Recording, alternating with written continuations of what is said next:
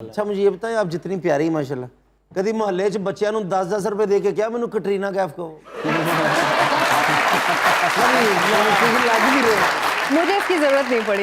ये आजकल जो इंस्टाग्राम है ना, ये वो मोहल्ले के वो बच्चे ही हैं जिनको 10-10 रुपए, हम एक तस्वीर लगाते हैं और वो 50 आ जाते हैं नीचे। मुझे लग भी वही रही हैं। अच्छा ये आपको इससे पहले भी कभी किसी ने कहा है या ये पहले ही हैं? जब से अपने करियर स्टार्ट किया और मैंने आई मेड श्योर कि मुझे लोग ये कहना छोड़ दें, इतना मैंने अपने साथ हाल खराब किया तमाम काम के ऊपर फोकस करके। लेकिन कहते हैं लोग, आई डोंट नो, ये भी हकीकत है कि I look like my mother, मैं अपनी वालदा जैसी बहुत दिखती हूँ। तो अच्छा। वाह वाह, उस कटरीना को तो विकी कौशल मिल गया जी, आपको कोई कासम खोचल मिला? नहीं जी, कोई नहीं। तो होता है ना जिंदगी में, आप माशाल्लाह इतनी प्यारी हैं तो आपको भी जिंदगी में कोई प्यारा लगता है या आइडियल कोई होगा?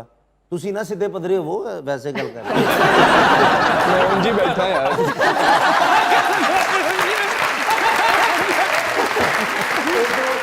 मैं आइडियलाइज नहीं करती लोगों को। मैं समझती हूँ कि हमें, बल्कि ये इस कॉन्सेप्ट से मैं इत्तेफाक नहीं करती कि अपने जहन में कोई आइडियल बना लिया जाए या आइडियल बना लिया जाए। शख्सियत परस्ती भी इसी जुमरे में आ जाती है और फिर आप उस तरह का इंसान ढूंढने के लिए निकल जाएं तो वो तो आपको कभी भी नहीं मिलता।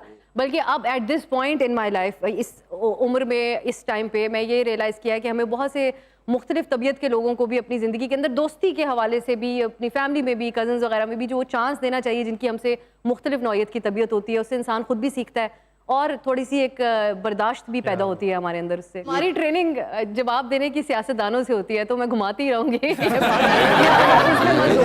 बड़ी प्रैक्टिस है। आपस की बात है, वो बेचारा भी सिंगल है, उससे ही पूछ लो। मैं दे देंगा शूज, पूछ लो, मैंने भी पूछ लो। शूज मैनू दे देने ते जराबां जेदियां उन्होंने वापस कर देनियां। अच्छा नहीं, वैसे होता है ना, चलो वो तो मेरी बहन है, लेकिन आपका भी तो होगा ना कोई, किस किस्म की लड़की हो जिससे आप शादी करना चाहते हैं? मेरा ख्याल है बड़ी क्लीशे बात है लेकिन फिर वो रियलिटी भी है। लोग कहते हैं भाई नहीं, शक्ल नहीं देखनी चाहिए, सीरत देखनी चाहिए।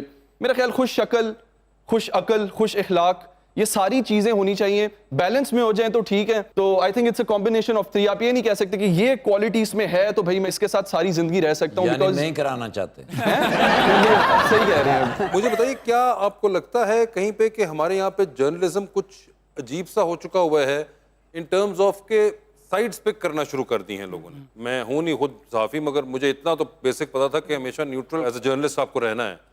तो क्या आपको लगता है कि साइड्स पिक करना सही है या गलत है? देखिए, साइड्स हमेशा से पिक की जाती थी, लेकिन इस टाइम सोसाइटी जितनी पोलराइज्ड है, क्योंकि जो हम 80% मसाइल की बात करते हैं उसमें इस सोसाइटी को जितना डिवाइड कर दिया गया है और दानिस्ता तौर पे सियासी लोगों की तरफ से भी और दीगर जो हल्के हैं उनकी तरफ से भी एक डिवीजन डाला गया और बहुत साल लगाए ये डिवीजन डालने के लिए।